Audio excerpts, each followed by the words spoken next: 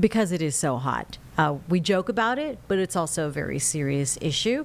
And so we are weather impact alert for these dangerous heat indices, plural, feeling those triple digit temperatures, although we are in the 90s. So you think you're used to it, but you definitely want to stay hydrated, watch your conditions, listen to your body, do all the right things.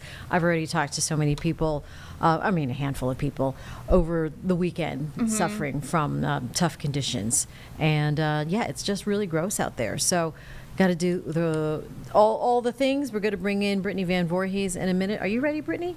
Yeah, whenever you guys are. Oh, we're always ready. Okay. It's 2 o'clock. Do you have my computer? Whether 2? Okay, then we're ready. All right, we are ready.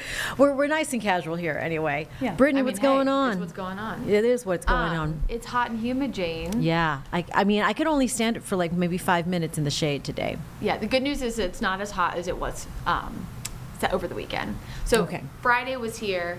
Saturday and Sunday we're here. We're somewhere in the middle today.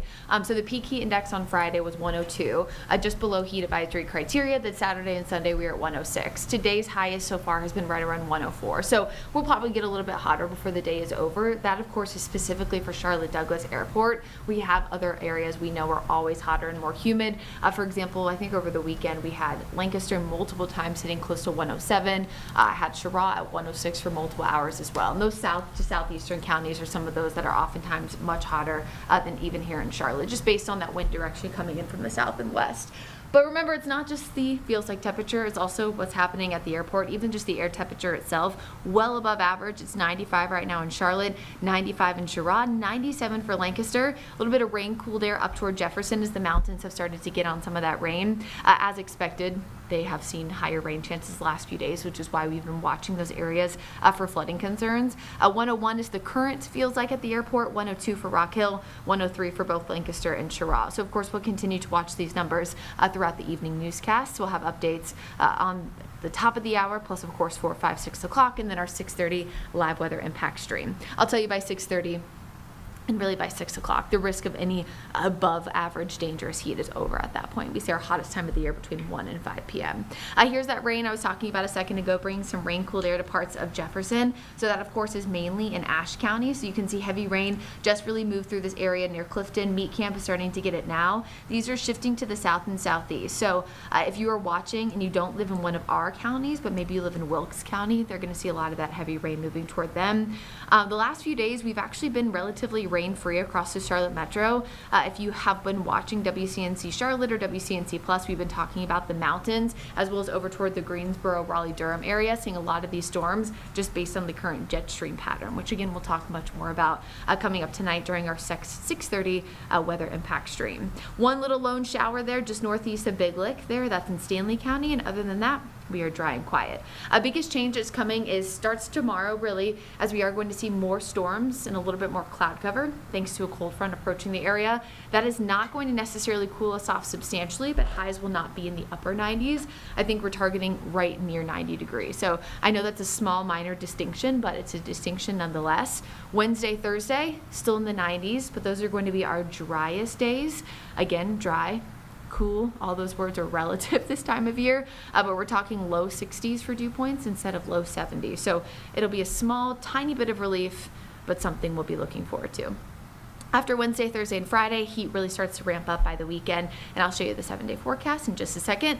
Before I get there, got to show you what's going on in the tropics. We have a teeny tiny little area with potential tropical development. Right now it's at 10%, low chance over the next 7 days. Again, something we are watching, not something we are concerned about, but something I am keeping a close eye on. As we go into the next 7 days, again, we are going to see slightly drier air mixing in Wednesday, Thursday, and Friday, but heat really starts to ramp up by next weekend. We're still watching the numbers to kind of decide how we're going to tackle next weekend's heat because temperatures are going to be well above average once again in the upper 90s. I would go ahead and prepare now if you know that you're heading to the Charlotte FC match, those ways to stay safe and stay hydrated. And I do want to remind folks, I've seen some comments online.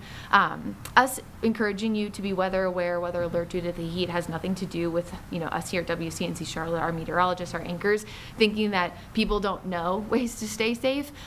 They're just trying to be helpful reminders, because heat is still the #1 weather-related killer in the United States. So as long as that is the case, as long as those stats exist, we'll continue to do our best to try to keep you safe. So I apologize in advance for anybody that we could offend by thinking that they're treating us like we're in first grade or something, but it's not. Yeah, but the reality is it's just trying to be a helpful reminder. So I am not treating you guys like I think you're my 4-year-old nephew. I'm just trying to give those extra tips and things like that, just as reminders, right? I actually had a friend on Friday who spent a lot of time outside playing pickleball, and I saw her later, and she was saying how she felt like she was heat exhausted. I mean, she's a very smart 25-year-old, but I mean, multiple hours outside in the sun, not drinking water can sneak up on you fast. So I think those reminders are important. But again, we do not mean to offend. I just wanted to at least acknowledge that. Right, yeah. I mean, I spoke to someone over the weekend as well. I was telling the morning folks that, this fellow was saying that before he knew it, he was busy, was not drinking, he got super focused, one meal, and was driving home after work and felt like keeled over, pain, had to go to ER and it seemed that he was dehydrated. Yeah, you actually make a really good point, though, about the one meal, too, Jane. We don't talk about that much. Like, we talk so much about water and staying hydrated, but you also want to make sure that you're not skipping a meal and you're keeping something in your stomach, because that can also help. Now, I'm not saying go through like McDonald's 3 times a day, but something healthy, some kind of protein, some kind of vegetable. Not only, of course, do those have a lot of those nutrients and water within them, but that can help you when you're starting to feel hydrated. You can get some of your nutrients from food, and it's not just water. So that's a good reminder. Yeah. All right. So take it easy. Yeah. No one's 8 years old here. We know. And if they are, make sure they're aware as well. Yeah, exactly. Because they're the ones running around outside and everything. Throw them in the pool on the splash pad.